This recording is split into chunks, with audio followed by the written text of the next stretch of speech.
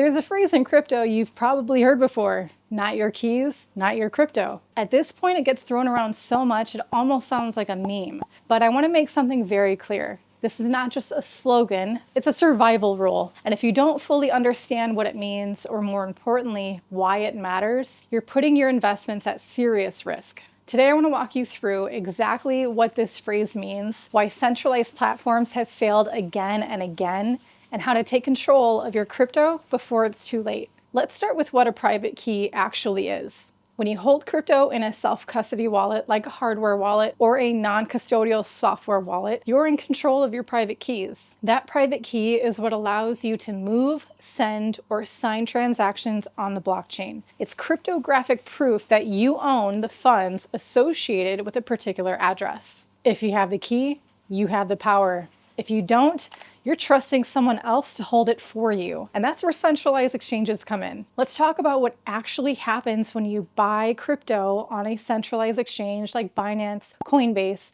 or Kraken. You deposit fiat or transfer in funds, you make a trade, and then you see a balance in your account. Let's say you own 1 Ethereum or you bought 0.5 Bitcoin. But here's what most people don't realize.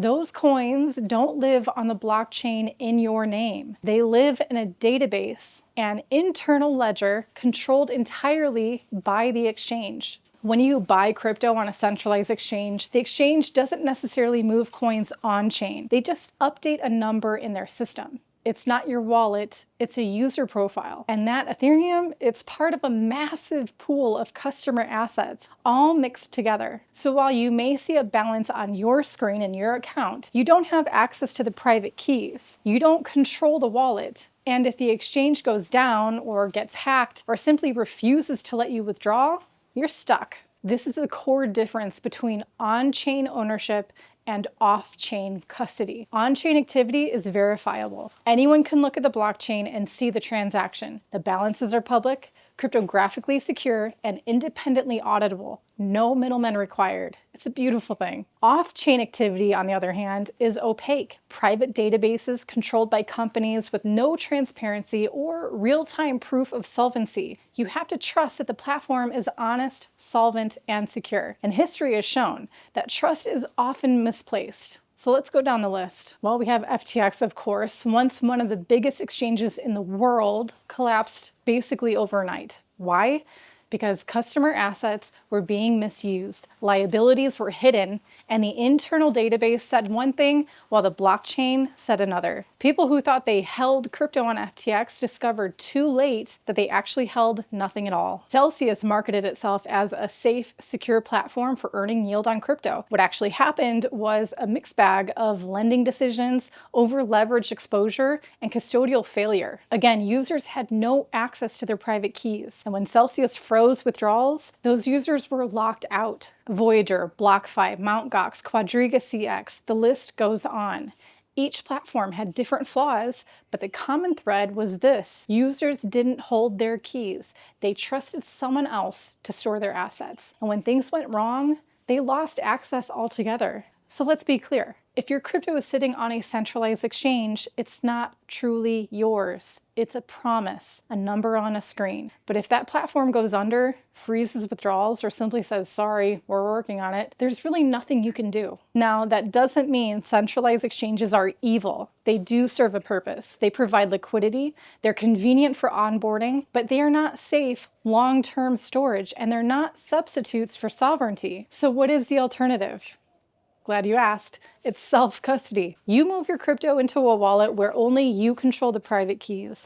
That can be a hardware wallet like Ledger, Trezor, or Bitbox, or a non-custodial software wallet like Sparrow, Electrum, MetaMask, or Rabby, depending on what you're using it for. When you self-custody, no one can freeze your funds. No one can tell you when or where to move them. There's no downtime. There's no account verification. There's no permission required. It also means you take responsibility. You store your seed phrase securely. You manage your backups. You protect yourself from phishing attempts, but the trade-off is worth it because you are in control. Some people say, that sounds like too much responsibility, but here's my view. That's the point. That's the trade-off crypto was built to offer. Freedom in exchange for responsibility. Control in exchange for awareness. You don't have to jump in all at once. Start small.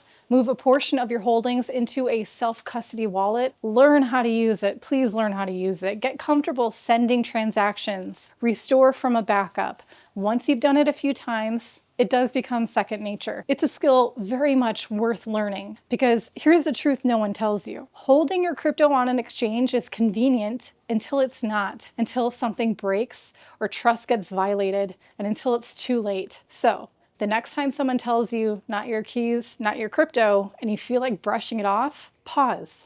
Think about what that phrase is actually trying to protect you from. Let me know in the comments, have you made the move to self-custody yet? What was your biggest hurdle? Or if you haven't, what is still holding you back? And if you want to learn how to set up your first self-custody wallet securely, check out learningcrypto.com. We walk through the tools, the risks, and the best practices step by step. Thank you so much for watching. I'll see you in the next video.